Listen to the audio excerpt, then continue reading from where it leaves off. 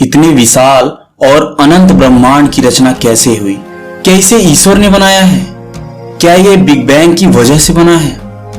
हमारे पास बहुत से तत्व हैं। अगर हम इसे तथ्यों के आधार पर कहें तो बिग बैंग की बात सही लगती है, परंतु अगर यह कहा जाए कि इस असीम और अनंत ब्रह्मांड के पीछे एक ऊर्जा या बुद्धि का हाथ है तो इस बात से भी नकारा नहीं जा सकता। आइए जानने की कोशिश करते हैं कि ब्रह्मांड की रचना कैसे हुई और इसके पीछे विज्ञान के तर्क क्या हैं। आप ब्रह्मांड की रचना के पीछे का विज्ञान जानते हैं। दुनिया भर के धर्म अपनी अपनी व्याख्याएं देते रहे हैं, जिन्हें आमतौर पर एक खास मकसद से सुनाया जाता है। जरूरी नहीं है कि उसे सही आंकड़ों के रूप में प्रस्तुत किया जाए, बल्कि उसे एक खास इरादे के साथ बताया जाता है। विज्ञान का कहना है कि एक बिग बैंग यानी एक बहुत बड़ा धमाका हुआ और धुंधली गैसें ठोस होती गई, फिर एक ब्रह्मांड की रचना हुई। यह तथ्य के आधार पर सही हो सकता है और हम इसे सही मानते भी हैं, क्योंकि विज्ञान हमेशा एविडेंस पर विश्वास करता है। अगर हम तथ्य के आधार पर इसे देखें तो तथ्य के आधार पर बिग बैंग की थ्योरी सत्य है। कोई और कहता है कि ईश्वर ने सारा ब्रह्मांड बनाया, जो तथ्य नहीं है मगर सत्य है। जब हम कहते हैं कि ईश्वर ने ब्रह्मांड की रचना की तो पहला सवाल यह आता है कि ईश्वर के बारे में हमारी धारणा क्या है। हमारे दिमाग में ईश्वर का ख्याल कैसे आया? हमने ईश्वर का आविष्कार क्यों किया? सिर्फ इसलिए क्योंकि हमारे पास ब्रह्मांड के निर्माण के लिए कोई स्पष्टीकरण नहीं था। तो आखिर जो सारा ब्रह्मांड हम देख रहे हैं उसे किसने बनाया होगा? इसका सबसे सरल स्पष्टीकरण यह है कि दुनिया से परे कोई चीज है जिसने इस ब्रह्मांड को बनाया है। आपने और मैंने इस धरती को तो बनाया नहीं, यह बिल्कुल स्पष्ट है। फिर इसे बनाया किसने? क्योंकि हम इंसान हैं तो हमने यह सोच लिया कि वह कोई बहुत बड़ा इंसान होगा। अगर आप कोई जानवर होते तो आपको लगता कि उसके पीछे किसी बहुत बड़े जानवर का हाथ होगा। क्योंकि आप खुद मनुष्य हैं, इसलिए आप ईश्वर को एक मनुष्य के रूप में देखते हैं। ऐसा ही होता है ना हमारे साथ। हम जब भी भगवान की कल्पना करते हैं तो भगवान की कल्पना हम एक मनुष्य रूप में करते हैं। चलिए मान लीजिए अगर आप चींटी होते तो ईश्वर के बारे में आपका विचार एक बड़ी चींटी जैसा होता।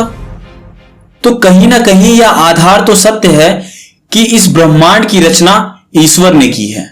तो ईश्वर को हम जो भी रूप देते हैं वह हमारी मानवीय बुद्धि है, मगर मुख्य रूप से हम यह स्वीकार करते हैं कि दुनिया से परे कोई ऐसी चीज है जिसने इस ब्रह्मांड की रचना की है। इसमें कोई संदेह नहीं है, मगर वह इस दुनिया से परे चीज है क्या? इसे लोग अपने तरीके से समझाने की कोशिश करते हैं, मगर आज तक कोई समझा नहीं पाया और उसे समझाया भी नहीं जाना चाहिए। क्योंकि अगर आपने इसे समझ लिया तो इसका मतलब ब्रह्मांड का अस्तित्व ही खत्म हो गया। ब्रह्मांड मतलब अनंत, जिसे हम कभी समझ ही नहीं सकते। जितना ब्रह्मांड को समझा जाए उतना कम है। जितना हम ब्रह्मांड के नजदीक जाते जाएंगे ब्रह्मांड उतना विशाल होता जाएगा। हमसे परे किसी ऐसे आयाम ने इसे बनाया है, किसी ऐसी ऊर्जा ने इसे बनाया है। तो यह बात तो साबित हो जाती है कि हमसे परे किसी अन्य आयाम ने इसे बनाया है। दूसरी बात यह है कि जब आप पैदा हुए थे तो आप ऐसे नहीं थे। आपके पास एक छोटा सा शरीर था, फिर यह शरीर इतना बड़ा कैसे हुआ? इसका निर्माण अंदर से होता है या बाहर से?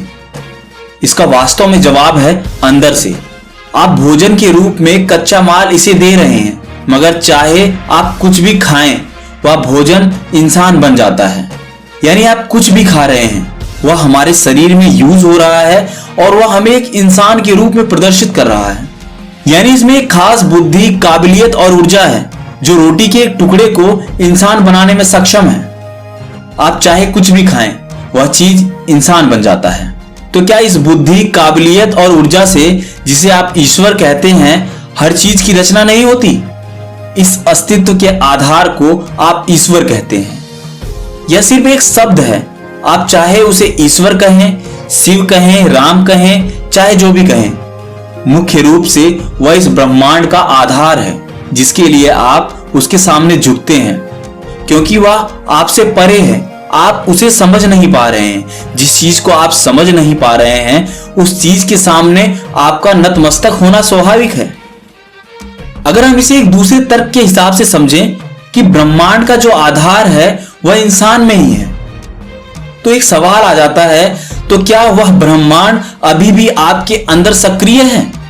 आपके शरीर के अंदर आपका लीवर जो काम कर रहा है, क्या उसे आप चला रहे हैं या कोई और चीज उसे चला रही है? जिस ऊर्जा ने इसे बनाया वही इसे चला रही है, आप नहीं। तो ब्रह्मांड का जो आधार है वह यही है। अगर किसी पेड़ को बड़ा होना है, फूल को खिलना है और कुछ भी घटित होना है, तो उसमें वही ऊर्जा काम कर रही है, यह उसी की रचना है। अब वह ऊर्जा क्या है? जीवन की हमारी धारणा बहुत मानव केंद्रित है, इसलिए हम सोचते हैं कि ईश्वर एक बड़ा और महान इंसान है। ऐसा सोचने में कोई बुराई नहीं है, क्योंकि ईश्वर हर चीज में है। इसलिए जब आप देखते हैं कि वही ऊर्जा हर शरीर में सक्रिय है, तो आप हर किसी को देखकर सिर झुकाते हैं। आप जो ईश्वर के साथ करते हैं वही हर किसी के साथ करते हैं। अगर आप किसी व्यक्ति को देखें तो आप उसे पसंद या नापसंद कर सकते हैं। अगर आप किसी के शरीर को देखें तो आप उसके प्रति आकर्षित हो सकते हैं, या ऐसा भी हो सकता है आप उससे नफरत करने लगें। अगर आप किसी के मन को देखें तो आप उसे स्वीकार या अस्वीकार कर सकते हैं। इसलिए पहली चीज यह है कि आप स्वीकार करते हैं कि जो ब्रह्मांड का आधार है वह हर इंसान में है, इसलिए आप उसके आगे सर झुकाते हैं। देखिए, ब्रह्मांड का स्रोत हर चीज में सक्रिय है। आप किसी भी चीज को ले लीजिए, आपको उसके अंदर ब्रह्मांड के दर्शन हो जाएंगे। इसलिए आप सिर्फ किसी व्यक्ति विशेष के आगे ही सिर नहीं झुकाते, बल्कि आप किसी गाय, कुत्ते, चींटी, चट्टान, कीट पतंगे, पेड़ पौधे, जिनको भी आप देखते हैं, आप उसके आगे नतमस्तक हो जाते हैं, क्योंकि ब्रह्मांड का स्रोत हर चीज में सक्रिय है। ब्रह्मांड के पीछे की बुद्धि यहां भी मौजूद है। अगर आप सोचना चाहते हैं तो एक तरीका यह है कि ईश्वर वह ऊर्जा है जिसने हर चीज की रचना की है। सोचने का दूसरा तरीका यह है कि ईश्वर वह बुद्धि है जो हर चीज को बनाती है, क्योंकि उसकी बुद्धि अद्भुत है। इतने सारे विज्ञान के बावजूद हम एक पत्ता तक नहीं बना सकते, हम वास्तव में एक परमाणु तक नहीं बना सकते। इसलिए ब्रह्मांड के पीछे की बुद्धि इतनी अद्भुत है कि अगर आप बुद्धि के प्रशंसक हैं तो उसे बुद्धि कहेंगे। अगर आप ऊर्जा के प्रशंसक हैं तो इसे जबरदस्त ऊर्जा कहेंगे। अगर आप आकारों और रूपों के प्रशंसक हैं तो आप इसे पुरुष, स्त्री या और कुछ कहेंगे। तो बात यह है कि आपके बोध से परे एक आयाम, बुद्धि और ऊर्जा है जो हर चीज को चला रही है, मगर वही ऊर्जा, बुद्धि और काबिलियत आपके अंदर भी है, इसलिए वह आपके बोध के परे भी नहीं है। अगर आप चाहें तो उसका अनुभव कर सकते हैं, मगर उसे समझा नहीं सकते। व्याख्याएं मूर्खतापूर्ण हैं। व्याख्याएं और दलीलें अपने अहम को संतुष्ट करने के लिए होती हैं, मगर उसका अनुभव करने में हर इंसान सक्षम है। यानी जो लोग ये दलीलें दे रहे हैं कि ब्रह्मांड का निर्माण इस प्रकार हुआ है, तो यहां आपको यह जान लेना आवश्यक है कि ब्रह्मांड का निर्माण किसी दूसरे आयाम की ऊर्जा से हुआ है, और यह ब्रह्मांड इतना जटिल है जिसे समझ पाना मुश्किल ही नहीं, नामुमकिन है। तो यह कहना सर्वथा सत्य होगा कि इस ब्रह्मांड की रचना ऊर्जा से हुई है। इस ब्रह्मांड की रचना के पीछे एक एनर्जी है। इस ब्रह्मांड की रचना के पीछे एक ऐसा आयाम है जिसे अभी विज्ञान नहीं समझ पाया है। तो आज की वीडियो में बस इतना ही। आशा करता हूं आपको वीडियो पसंद आया होगा। पसंद आया है तो लाइक करें, शेयर करें और हाँ, चैनल को सब्सक्राइब करना ना भूलें।